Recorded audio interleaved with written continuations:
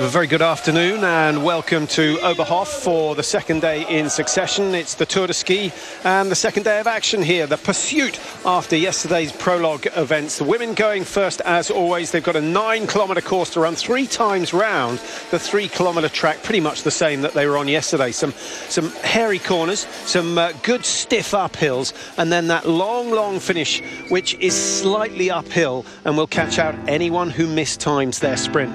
Fascinating event coming up. Mike, this is a part of Germany you know quite well. It's a lovely part of Germany, and good to see the pictures of the surrounding areas, and it's been the centre of excellence, firstly for the old East German, all the winter sports with a ski gymnasium, which is the education with sport for young athletes, and many World Cup events in all disciplines coming here over the years, especially biathlon. And of course formerly East Germany and a mecca for training in those days, and now of course it's a regular stop on World Cup tours for not only cross-country and biathlon but bobsleigh as well, and usually big crowds turning up. 6,500 the attendance yesterday in the stadium, which was a little bit disappointing, but given the conditions that was quite a good turnout because it was miserable, wet, misty and pretty nasty all round. Well, let's have a look at the programme for today. The cross-country coming from Oberhof, of course, and then we'll run pretty much straight into the men's pursuit over 15 kilometres, and then we're back to the action from Oberstdorf. David Goldstrom lined up for the first of the 4 Hills tournaments after yesterday's qualification, and that's also one of the highlights of the new year. The start of the women's 9-kilometre classic today, he will be the first one out of the start gate with your bonuses from yesterday, just a few more seconds ahead of Charlotte and Justina. Do you expect them to come after you right away? Oh, they're coming after me for sure, but it'll be fun to be chased down, and I'm going to stay in front as long as I can, but know that I'll have some good company to ski with pretty quick. And knowing that it will just be the second race of the tour and still 5 more races to go, will you sacrifice much tomorrow to maybe keep the bib as the leader? I want to get in there and fight for a good position. I'd like to keep myself as close to the front as I can, but my classic skiing has not been as strong this season, so I may just have to try to hold a good position and make sure I save some energy for the rest of the tour. And knowing you have a rest day following today's race, does that change anything at all? Yeah, it's going to be my birthday tomorrow, so I'm pretty excited about turning 30, and so a good birthday present for myself would be to go into the rest day with some strong results. All right, well, good luck with the race today. Thank you very much. Well, that was nice to hear from Kieken Randall, and of course she was the winner of the prologue yesterday and has the honour of starting the pursuit today. I never know whether it's a good thing, Mike, being chased down rather than being the chaser, which so many athletes find much easier, to chase someone that you can see ahead rather than starting. And the margin she's won herself, some 10-second advantage over someone with the quality of Charlotte Kaller, and then of course Kowalczyk just a few seconds further back. It's not a big safety cushion, and I think in the interview there she's so positive. I love her attitude to her sport, to her performance. She knows she's going to be hunted down, and it seems like she's not too bothered if she even loses a little bit of time today. She knows her sprinting is so good that she can pull time back on Kowalczyk and Kaller, I think, in the sprints. And the more freestyle races we have, the better in the Tour de Ski as far as Randall is concerned. And with Marit Bjørgen out, which is desperately disappointing, I think everyone who's been following the cross-country was looking forward to the duel between Bjørgen and Kowalczyk. That's not going to happen this year. It's down to Kieken Randall and Charlotte Kaller to make this a race. And I think Kieken Randall, she's got this positive, total self-confidence. Maybe she can challenge for the title. So 9 kilometres the distance, and the start just a couple of minutes away. Welcome back to the Tour de Ski, and we're still waiting for the start. Another 4 minutes on the clock as away goes Justina Kowalczyk. A practice start maybe, or is she underway? Charlotte Kaller out on the course, and these are the 3 top women from yesterday. I thought technically Kieken Randall looked the strongest, not only at the beginning but also at the finish, Mike. Kowalczyk OK, we've been critical of her technique over the years, but I thought she looked even more tired at the finish than we were expecting. I think so. The soft conditions, though, made it a day for the intelligent skier, the Northugs, and of course, Kicken Randall keeping us smooth and efficient on that deep, wet snow was the key. Well, with the temperature above zero, yet again, the conditions aren't going to be much better. But the good news is that it was clear overnight, or clearer than it was yesterday. The temperature dropped down below freezing, so the women at least will have a certain amount of form in the track. It will hold them certainly for the first lap. The second lap's going to get tough, and the third lap is going to be brutal as they work their way around this 9-kilometre course.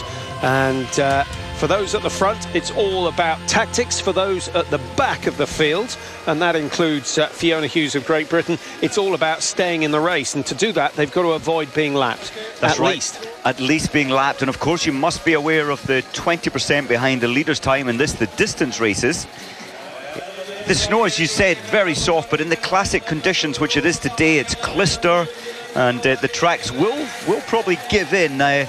Become a little wobbly. There they are cut in, you can see there, but on the tight cornering it's going to be a mush. And the fact that they've got clister, so that adds a little bit of a problem on the technical downhill sections, just in case the clister clogs up with the snow if they've got the waxing wrong. Most of them have got a big enough team and a clever enough team to get the skis absolutely right. There's Kowalczyk just getting ready. Mike, we saw Charlotte Kalla there. The Swedish have obviously been a big nation in cross-country skiing, but their women's, I can't think of a name prior to Charlotte Kalla who really set the world alight. It's been a long time. It really has been a long time. Kalla, from when she won this Tour de Ski, in 2008, she really was the new beginning, I felt, for Swedish cross-country skiing. I think part of their problem is that when they get a good woman, she goes across to biathlon. Forsberg was a class biathlon skier. That is true, and of course we saw that with Olofsson as well. She was in the top bracket of the cross-country skiers and became a great biathlete.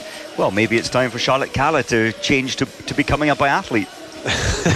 Let's hope not. I think she's firmly stuck in the cross-country world. She's done exceptionally well over the last few years. Ups and downs, certainly. 2008, I think, still her highlight, but she may argue that her best race was the 10-kilometre in the Olympic Games in 2010, where, of course, she walked away with a gold medal. But her most impressive series of races was certainly the Tour de Ski in 2008. But it did some damage, as I'm sure you all know. It's Kicken Randall who will start first, and the countdown will begin very, very shortly.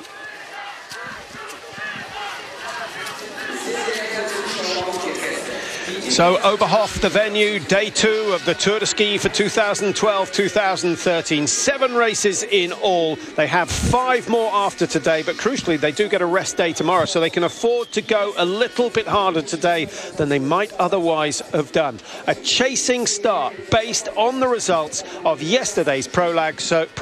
So USA's Kicken Randall will be first. I don't think too many people would have predicted that at the start of yesterday, but there are lots of those outside the top rankings in the World Cup standings who did exceptionally well yesterday, and particularly the 2 French, Coraline Hugues, who came in 7th, and Cecilia Amonier, who came in 8th position, and they'll be off shortly.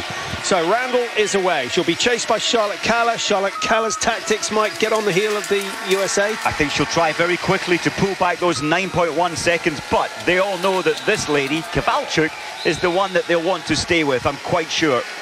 14.7, the margin between Randall and Kowalczyk, and then a little bit of a gap between Denise Herrmann, a further 10 seconds behind Kowalczyk, and we may find that those leading 3 never get touched. A little barge there from Astrid Jakobsen. That wasn't very good. The cameraman standing in her lane, she just gave a little shoulder barge to get him out of the way, and you can't blame her on that occasion. Hugues, Amonier, Shakalova away for Russia, Sterer of Norway. Watch out for her. Holly Brooks of USA started number 11, and now we're already down into the 30s. This is how tight it was yesterday, and no need to halve the time of the margins. It's as they were in yesterday's race, but yesterday's race only over 3 kilometres or so. Randall, the classic technique, the classic results haven't been quite as good this season, Mike, but she's technically still looks very good. I've got to say, this is a brave fight early on. She's trying to make, of course, Charlotte Kalla behind her work. stress a little, and Kowalczyk, I'm sure we'll see her. There she is. Yeah, but Kowalczyk this is looking better from my memory of Canmore when Kicking Randall put in a 10th place performance. This is looking more sparky from Kicking Randall. But your cardiovascular system, the efficiency of your cardiovascular system is more critical in classic skiing than it is in freestyle. I think that's generally accepted, and therefore that plays into the hands of people with the huge engines like Kowalczyk. Can you explain why that is? I suppose in the classic technique, as you say, it's more like running, it's more heart and lungs. Kowalczyk is slipping there now. I can only imagine it's the strength, the muscle factor that Kicking Randall has for her skating is where she is a little better, as opposed to Kowalczyk, who is so high in both classic and freestyle. But why does that explain why the classic style is more demanding than the freestyle? The skating technique, is that because you get more glide, or is it because you use less muscle groups in the freestyle? I would say it's pure efficiency, heart and lungs. You're using the amount of oxygen, let's say for the women, 165 litres per minute of air sucked in. The likes of Kowalczyk has the out-and-out higher VO2 max, which is more relative in the classic than it is in the skating technique. Well, we'll try and answer that one as we go along, but it is generally accepted that classic is the harder of the two, as we see the chasing pack going through, and already, Mike, a gap opening up between the leading 3 and 4th position. Denise Herrmann was there. Shikalova, certainly someone to watch out for today. She's wearing bib number 9 and lying 22nd in the World Cup standings. She did pretty well yesterday. Further down in the field, anyone else? Heidi Weng, I think we were both a bit disappointed with her. She's wearing 39. The Norwegian 21-year-old, very good future she's got, but yesterday wasn't her best of races. And Stephanie Böhler started number 40. We've got Østerberg, Norway, 45, should be able to make some ground. And I guess the best way to predict what's going to happen this year is to have a look at the results from last year. Well, last year it was all about Kowalczyk as well. I'm so impressed with Kicking Randall today. Although Kowalczyk, she had taken 5 seconds to her first timing check at 2.5 minutes, and now she's got it down to 6 seconds. Yeah, she's flying, Kowalczyk. Kowalczyk, of course, the winner of this last year, but she started first, finished first, and there was no hanging around for the pack. I think the most impressive and the fastest time last year was achieved by Therese Johaug, who started in 14th and finished in 2nd. This year, Johaug is starting 13th, so if she makes the same gains as last year, she could be the one who wins this. But she's going to struggle to catch. She's going to struggle to catch Kowalczyk, having started 32 seconds behind. This is the fastest left-hander. We've got a very technical right-hander coming up later, but on classic skis, there's not the same support on your lower or on your ankles, and we maybe see some falls as we see the pack coming down that section together.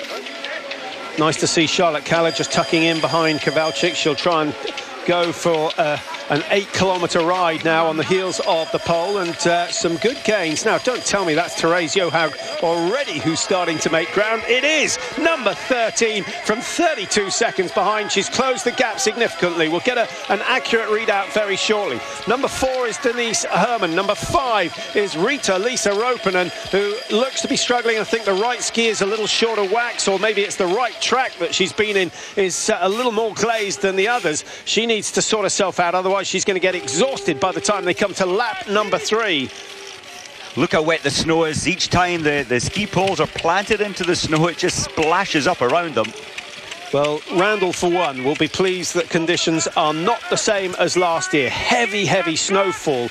And I thought that was why Johaug did so well, because the leading group had to plough their way through inches of fresh snow, leaving some nicely prepared tracks for those starting further down in the field. Well, this is where we said there might be some falls today in the pack. It's tight. Oh, and one. 56. That's losing some 15 seconds on that fall at least.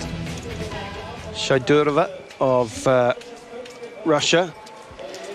I'm so impressed with the way Kicking Randall, she's being chased, she knows that, but she's kept it very fast. She's not made it easy for Kowalczyk. Well, 6 minutes to pull back almost 15 seconds. And I think maybe Kowalczyk's making a mistake here, as we see the heart rate for Charlotte Kaller pulse rate of 179, and they give that at 91%.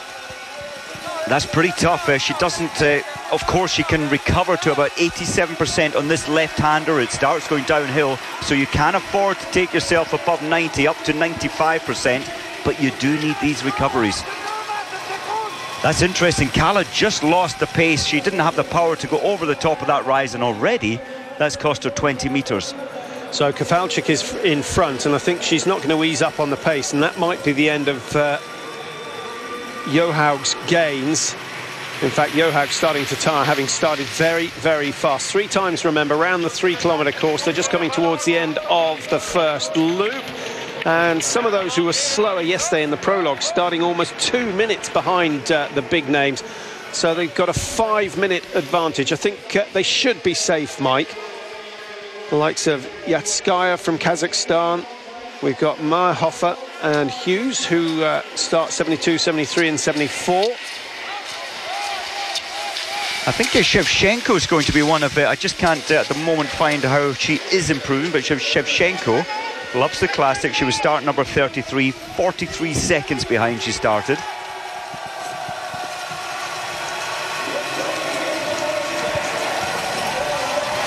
Now this is a chance where Kowalczyk had a little look back, so she's just noticed that she's managed to damage Charlotte Kalla, so she's now turned the gearing up again. I think Kowalczyk's waxing technicians, they're viewed as the best in the world. They're 2 Estonians who used to wax for Anders Verpalu.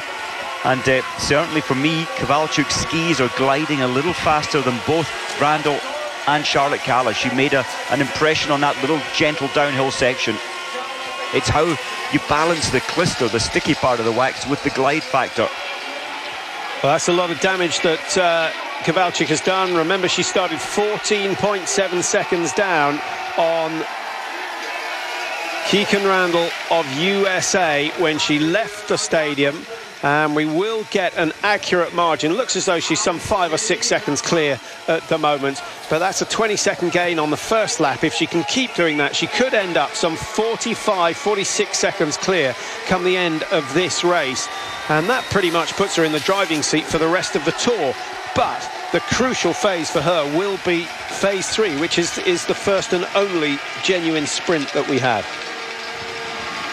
Yes, Kowalczyk's tactics in the short, she's not comfortable in 1.4 kilometre racing. She just doesn't have the relaxed flow. Definitely more a distance racer now, I think, Kowalczyk.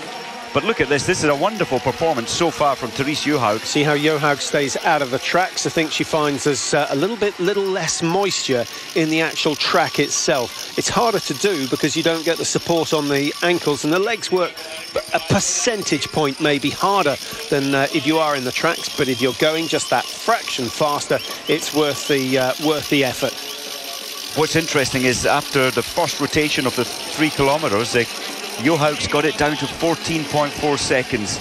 Yeah, having started 32 seconds, but she started 32 seconds behind the leaders. Take 14 seconds away from that, so she's only 18 seconds down behind Kowalczyk. So what are her gains on Kowalczyk? She's gained 4 seconds on Kowalczyk.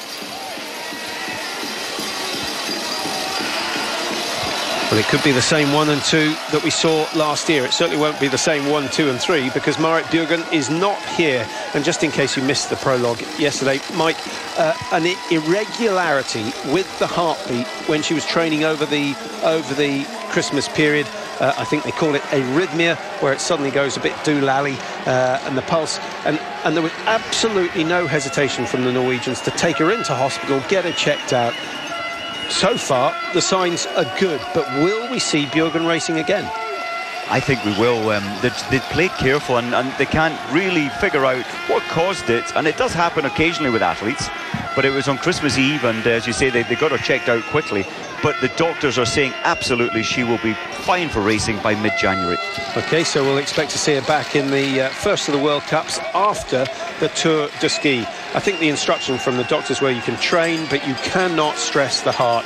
And there's no greater stress than 7 days of racing in a period of 9 days. So a sensible decision, but bitterly disappointing that she's not here to challenge Justyna Kowalczyk. Saarinen through at 34, in 13th position now. And up front, the major development is that Johaug has made contact with Charlotte Kaller, who also almost made contact with the advertising hoardings on the side. So Kaller survives that one. Kaller openly admits that her classic skiing, even her technique in the classic skiing, it's not as strong, it's not as efficient as her wonderful skating or freestyle technique. Kaller there and just tucked in behind Keegan Randall.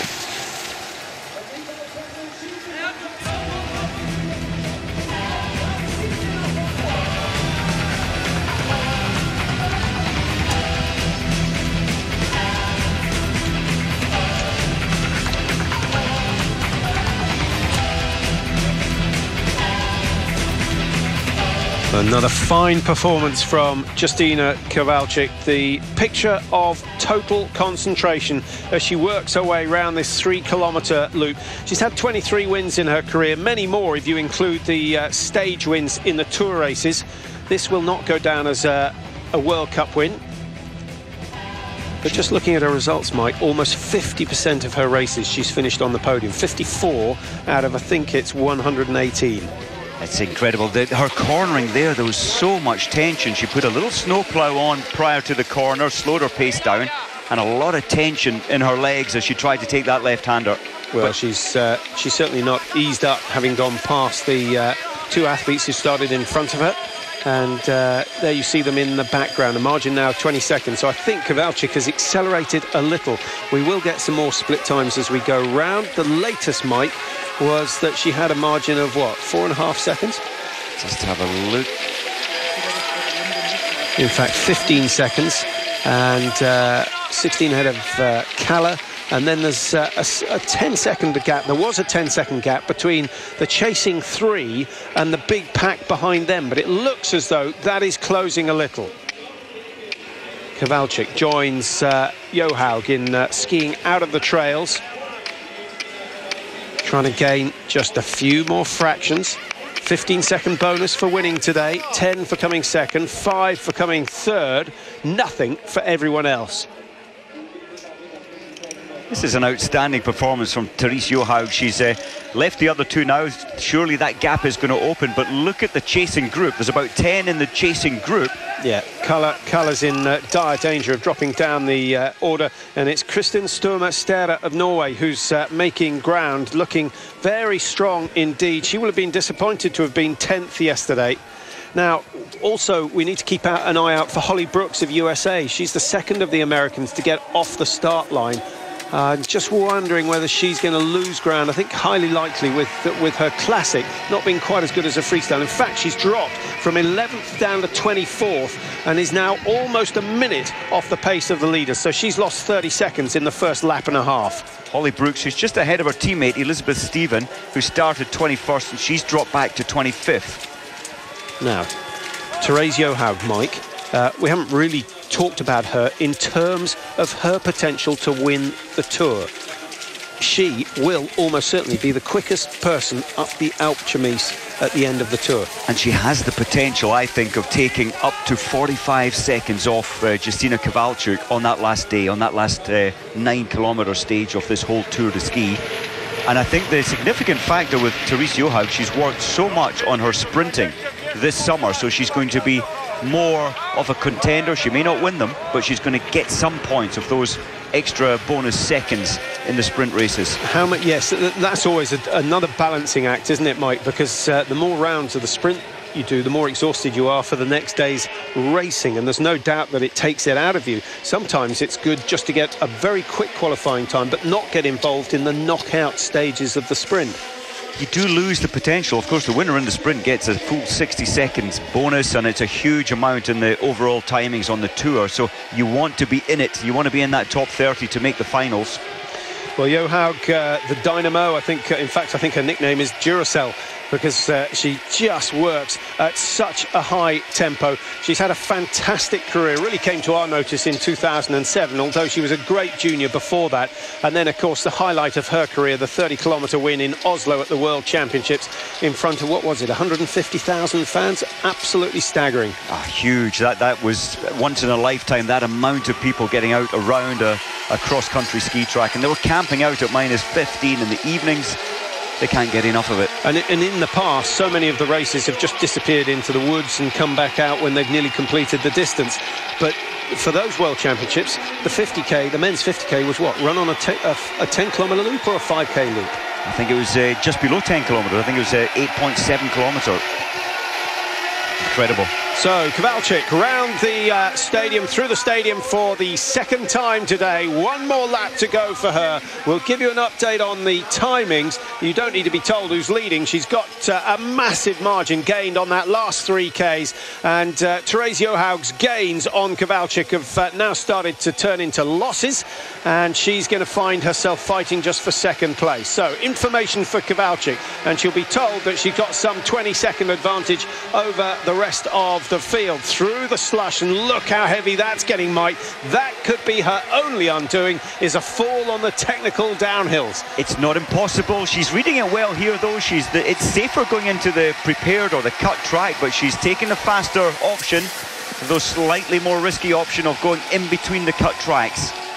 So 25 seconds the margin between Kowalczyk and Johaug. Johaug at the moment not in danger of being caught by the rest of the pack, but Keegan Randall is dropping positions drastically. But it's more about time than it is about positions, unless of course you're going to finish in the top three. Number 18, who's going really well, is Anne Kiloinen, who got her first podium finish in North America when the Tour was racing out of there just before the Christmas period. So Kiloinen has obviously got a massive confidence boost with her recent successes, and she's now moved up into third position.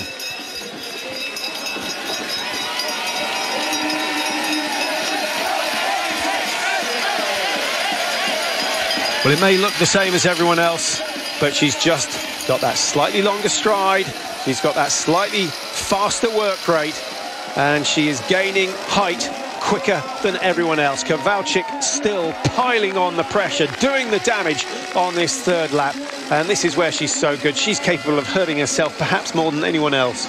I think partly because of her punishing training schedule. She does this in her running shoes. It's called bounding, repetitions of 2 minutes at least 10 times continually, or with a break in between, 2 minutes on, 2 minutes off, punishing herself to cope with these climbs of a similar time. They're up to 2 minutes long, these climbs. 2.3 kilometres to go from this barrier. A look over the shoulder from Johaug, which might be a sign of weakness. It might also be a sign of, well, in fact, most people will say it was a sign of weakness, Mike. It is. I think her strategy was clear. She had to try and close down as quick as she could, so she's imbalanced the race. She's gone so hard so soon, and now it's payback time for her body, and the rest of the group are sensing that she's beginning to suffer. Well, she had, like 35 seconds now. 35 behind, so she's lost 10 to Kowalczyk on the first stage of this last loop. She was 13 seconds clear of Kiloinen and Sterer coming through the stadium, and that margin has well, dropped by only a second. So I think Johaug is probably still safe. That's the hardest part of the loop completed. Looking at these times, Patrick, to second place Johaug, 34 seconds. Remember, Kowalczyk's going to pick up 15 seconds bonus for winning this one. Second place will get 10 seconds bonus, and third 5. And that's damaging certainly to Randall, who's now down in 11th place, almost a minute off the pace of Kowalczyk. That is going to turn into a margin of something like a minute and a half. So maybe Randall's bid for glory in this Tour de Ski has come to an end, but I'm not sure she will have thought she was going to win it. She'll certainly be hoping, still hoping, in terms of finishing in the top 3 or 4. She will. The Norwegian wax technicians will be looking at Johaug as she goes up this climb. I think her wax is not as good as Kowalczyk. She's struggling to get the grip. Couple that with fatigue, and it makes it difficult. Well, if you're right, Mike, that means Kowalczyk has better grip on the uphill and better glide on the downhill. An unusual combination. Pretty good. She does have, well, very, very well respected, the Estonian wax technicians. They are so good at getting that balance right, the grip and the glide. Can you do a degree in wax preparation? Probably will be able to soon.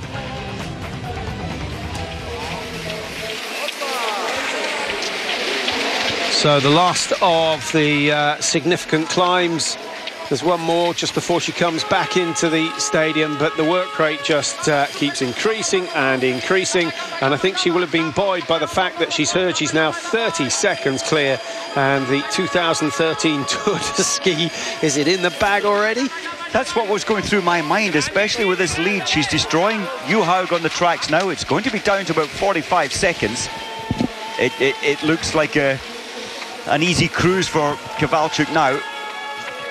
But no, there's plenty of racing still to go. The sprint races, they're tactical, and it certainly gives many of the rest a chance, especially Kicking Randall, to pull time back. And what a contrast, Mike, between what the performance we're seeing here and the performances we saw from Kowalczyk out in Kuusamo in Finland for the Nordic Opening. I mean, early on in the season, she was finished 27th, 7th, 11th, and then suddenly she finds her form in North America. She's gone second first. She had a disappointing 28th in the sprint event, in the freestyle sprint in Camel, but sprinting's not always her forte, and then a first and a third, so everything started to go right. I think when we watched Kowalczyk up in Gällivare, the first races, she looked exhausted. She was suppressed from the very, very hard final training and the hard training on the glacier in October. I watched her. She was putting in huge mileage, huge kilometres in training terms. Now she's backed off with the amount of hours training in the week, and her form has just rocketed.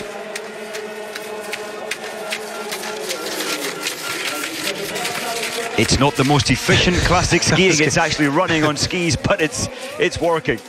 Yeah, I dare say she's a pretty handy fell runner as well. Most of the top athletes are. They have all the attributes you require to perform. I know a number of them are pretty good on bikes, but the mountain running really is the one where they excel. Now, well, we thought Johaug was safe, having had a margin of just over 12 seconds at the last of the splits. And we'll try and get you recent updates on the position. It's still, well, the last one we had was still 12 seconds, but it certainly looks as though Kiloinen and number 4, Denise Herman, who's having a great run. In there for Norway as well, we have Stere, who's wearing bib number 10. 4 is Herman, who's had a really good season, hasn't she, Mike? She's the number 1 German at the moment, but she'll be delighted if she finishes today in the top 5. Well, that's right, Herman wearing bib 4, equaling her best performance at the World Cup, which was over in Canada when she came fourth in the sprint races. So she really has brought her form exactly at the right time to its best. Yeah, it's nice to see that Astrid Jakobsen of Norway has also made some good ground. She's in 5th position at the moment. Of course, she was the sprint world champion from back in 2007. So into the stadium, and just over 100 metres from the finish now for Justyna Kowalczyk, who is going to notch up yet another stage victory in the Tour de Ski, and she has taken control on the second day of action, and it's going to be very difficult to topple her, and I'm sure that she is now thinking in terms of victory number 4 in succession in the Tour de Ski. What a remarkable effort that will be. Of course, Dario Colonia is trying to do exactly the same on the men's tour. I think it shows that this game is about horses for courses, and Kowalczyk is the perfect build, the perfect mind, the perfect body for this event. She takes the win, 25.01, but what is crucial is the time that she's managed to put between herself and the rest of the field. She barely looked back, Patrick, in that last 3 kilometres. I think she's amazed that the gap is so huge back to Therese Johaug. Well, Johaug just coming into the stadium. She's got at least 35 seconds still to go, so she could end up being, what, 35, 40 seconds behind Kowalczyk at the end of today. Add the bonuses. Kiloinen still fighting for that third. Herman in 4th is starting to drop off the pace, so it will be Therese Johaug, who started 13th. Another good gain. Remember, last year she finished 2nd. This year she finishes 2nd. The margin 41 seconds. Kiloinen is in 3rd, 45 down. Herman has done exceptionally well. Stere of Norway, I think, will be happy with her work today. She's very good at both techniques, Stere, and so I don't think she'll be too concerned. 6 is Jakobsen, so 3 Norwegians in the top 6. Saarinen's done well, Ropinen has done well. The Finns will be delighted, 3 of them in succession, 7, 8 and 9. And of course they got Lartenmäki coming in 10th as well, so good news for Finns. The Swedes won't be so happy, Mike. Charlotte Kalla started second today, only 9 seconds off the pace of Kikan Randall, and she's dropped all the way down to 11th position, now 1:24 behind. Add another 15, she's 1:40 off the pace. Well, Kalla has massively faded just in the last 2 kilometres. Maybe that 91% that we saw her pushing on the first lap, again, the payback came later in her race. She really has dropped off.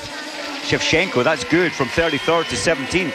Randall, 1st to 14th, 1:33 plus 15, just to get an accurate figure of where she'll be standing in the Tour. We'll try and bring you all the details before the men's race. We should have a few minutes to spare.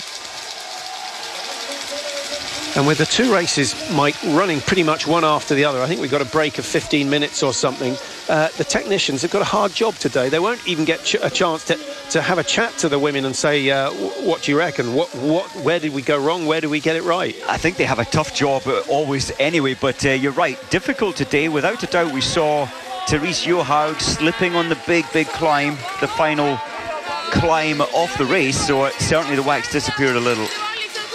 Well, you don't have to guess too hard where they come from. Norway's best.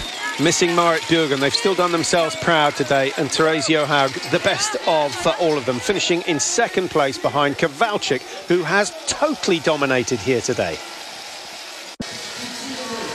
Welcome back. Some of the tail enders still coming in across the line. And most of the big names already in. Ammonia dropping all the way down to 58. She's a very good freestyle skier, the young French woman, and did exceptionally well yesterday, finishing in 8th place, but dropping outside the World Cup points today. Chico of Germany, we're expecting a little better from her. And the margins are massive. And that's not a reflection of a poor performance by those coming across the line. It is a reflection of just how good Justyna Kowalczyk is, because she's opened up a gap of 41 seconds over everyone. And that's before we apply the bonus seconds that she wins today for finishing in 1st place. And I think, Mike, not only does she get the bonuses for being the Tour leader now, she also gets the 50 World Cup points because she's produced the fastest time today as well. Yeah, it's bonuses all round for Kowalczyk. I'm wondering if, of course, the Tour has changed over its existence, alternating and changing the bonus seconds. I feel that it would be good enough to just win this race. As it stands, she's 41 seconds ahead of Therese Johaug. I think it puts a little imbalance, giving an extra 15 seconds bonus for taking the victory here today. It pays to win. Pays to win, but it leaves the rest behind. I think I'm with you. I think what you want is you want this race to go all the way. And although Kowalczyk's performances are supremely impressive, you still want there to be a race up the Alpe d'Huez.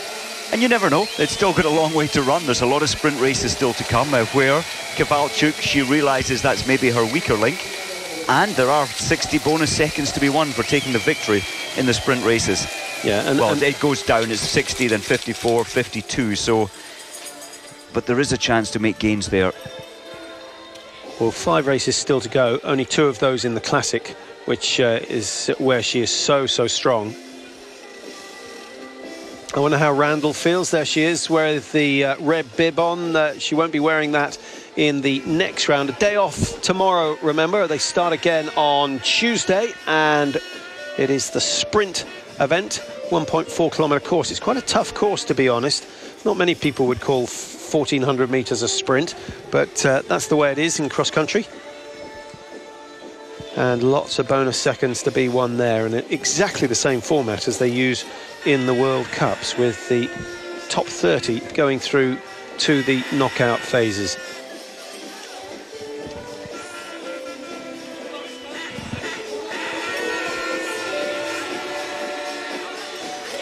You might pick up on some of the team officials, and they are straight in there asking the ladies just how the skis were. Is this Fiona Hughes of Great Britain? This is. Started last today after not a bad performance, to be honest, in the prologue. She started very fast, I think got the pacing slightly wrong, and quite difficult for her to be coming in through the massive team officials, because the men are moving in. They're preparing for the start of the men's race, and they've suddenly been given permission to test the skis out. It looks as though she's being chased by an army of the best skiers in the world. Yeah, it's a pity for Fiona. Yesterday the very wet conditions didn't suit her style of skating, which put her down, what, 1:35 behind the lead time. And this has been a good performance on the classic skis. Well, I'm afraid that time margin is too big, and mathematics not my strong point at this time of the day. I think she's over that 20%. I make that about margin, 28% behind at the moment, so maybe no further starting. Still good experience for Fiona Hughes, and of course we have a couple of Brits racing in the men's race as well. The two Andrews, Andrew Musgrave, Andrew Young, both starting down in the 60s, about a minute off the pace of the leaders. Let's have a chat with today's winner. The ski leader, how do you feel? I feel great, but I'm so tired. Today was really hard condition and hard race, but yeah, it's amazing to have that good race. You seem to have perfect skis, excellent glide in the uphills and as well in the downhills. Was it correct? Yeah, it's correct. My ski was working perfect today. Was fast and really good in the uphills. Yeah, my service have good day today also. Tomorrow we have a rest day. How will you prepare for the sprint in Toblach? Today we travel to Swiss, and then I will race, I think. Maybe we'll look the track, some skiing, but not so much. And next competition. Thank you very much, and congratulations once more. Thank you. Well, always cheerful, but she's only ever interviewed when she wins, and she wins most of the time. So Justyna Kowalczyk obviously on good form. You were spot on, Mike. The skis were perfect for her today, and that certainly has been a factor. And the men will be wanting to know exactly what she had on the bases.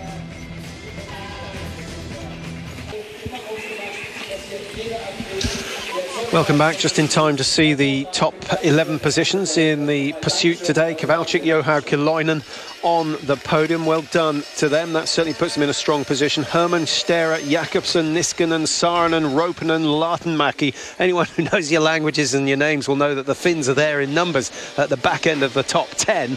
And so the Finns and the Scandinavians doing very well today, but it's Poland who've dominated, and Kowalczyk on fine form. Now, two questions for you, Mike. Is it now is it a race for second place? Let's put it that way. Not yet. I really don't think so. The form that Kowalczyk's on at the moment, it looks almost impossible, but there's still plenty of races to run. And Valmuster on the 1st of January, it's the first of the sprints. Things could change then. And my second question is, would Marit Bjørgen have caught her? And I don't think so on that one. I really don't. Performance by Craft Sportswear 2012-2013. Second stage, the ladies 9K pursuit. Please welcome the winner on the podium, representing Poland, Justyna Kowalczyk.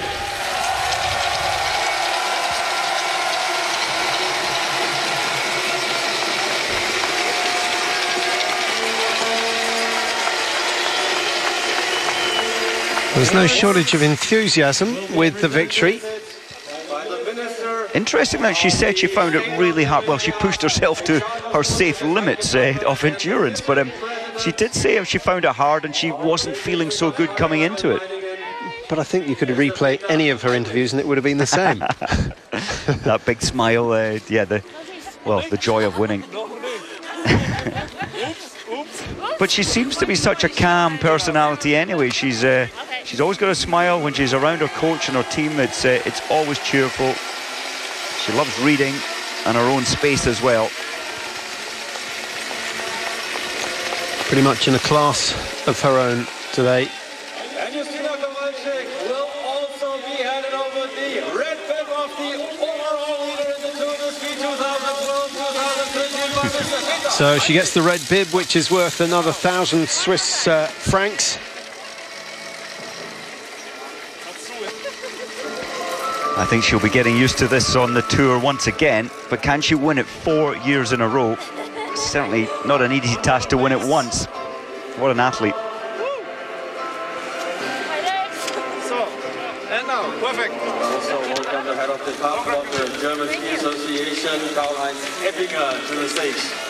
The overall leader of the Tour de Ski. Well, getting the bib on was harder than the race itself. 9Ks for the women. The men who are warming up as we speak have just a few minutes before the start, and they're racing over 15, so they get a short straw, Mike. It's a much longer tour for them, although the last day is 9 kilometres for both men and women.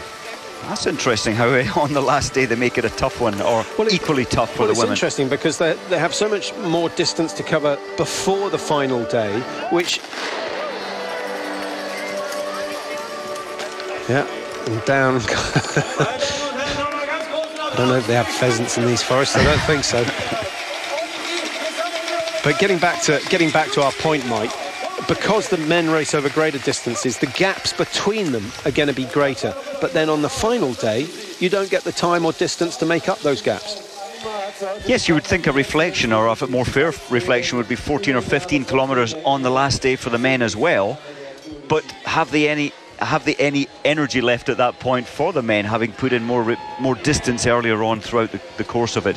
And do you think, the way Kowalczyk ran it today, she went from 3rd to 1st, do you think Northug, who is starting 6 seconds in the lead ahead of Hellner, is he going to try and take it from the front, or is he going to accept he's going to be absorbed? 100%. He will not try and take it from the front. Not in these conditions. It's soft, it's wet. He'll drop back. He'll look for the perfect position in the pack. He'll try and make us believe that he's out of the race, and then he's going to come through and make a charge. 2 years ago, he won in spectacular style. Last year, I think he would have won, but there was a little bit of a melee on the final corner into the stadium where one or two people fell. Northug did well to avoid that, but he lost ground on the race leader, and I think it was Teichmann who came through to take the win in the pursuit last year. It was, and I think it's going to turn out that way again this year. It's going to be a pack of people coming into that final right-hander. I would like to see, and I do believe the Russians will try and make a break and try and break the rest of the field. So from a 20-point lead, Kowalczyk has now opened her advantage to... was that 60 points with her win today, picking up 50 points for her efforts, so certainly helping her World Cup campaign. And with Marit Bjørgen out of the tour, I think Kowalczyk is pretty much nailed on to get the overall World Cup come the end of the season. Barring disaster, illness or injury, are really the only two things that are going to stop her now. Well, the men's 15-kilometre classic is coming up next. Exactly the same format as the women's. They just go a little bit further, twice more round the lap of 3 kilometres. So they've got 5 loops to do in all.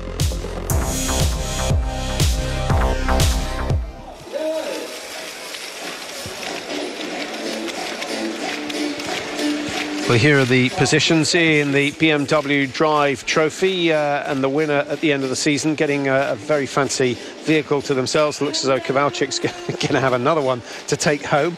Going to build herself another garage, the way things are going at the moment. The Norwegians are there in numbers, but not picking up the sort of points that are going to challenge the pole at the moment. And all the way down.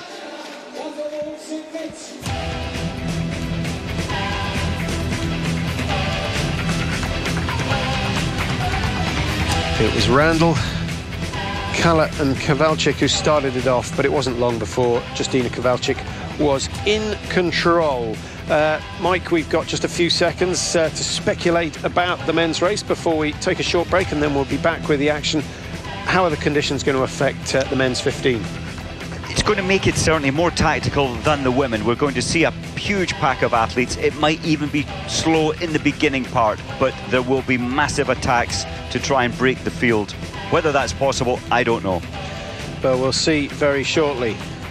We'll leave you with Kowalczyk, the victor, yet again.